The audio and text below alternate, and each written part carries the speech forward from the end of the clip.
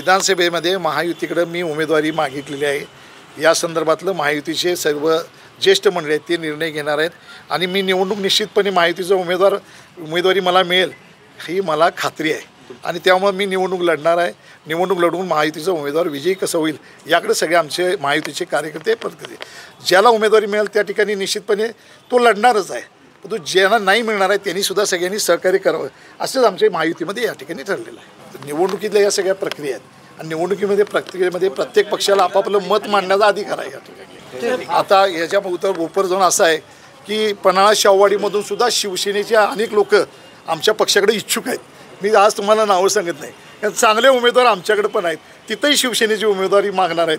त्यामुळे महायुती त्यावेळी निर्णय घेईल कुठले विधानसभा मतदारसंघाची उमेदवारी कोणाला द्यायची। त्यामुळे पन्हाळा शाहूवाडीमध्ये सुद्धा आमचे उमेदवार इच्छुक आहेत। तिथे प्रत्येक पक्षाचं प्रक्रिया आहे, प्रत्येकाला आपल्याला वाटतं असं की आपल्या पक्षाला या ठिकाणी उमेदवारी मिळावं। त्यांचा जनसुराज्य पक्ष आहे, आमचे शिवसेनेचं शिंदे गटाचं आम्ही उमेदवारी मागतोय, त्यामुळे प्रत्येकाला या ठिकाणी स्वातंत्र्य आहे।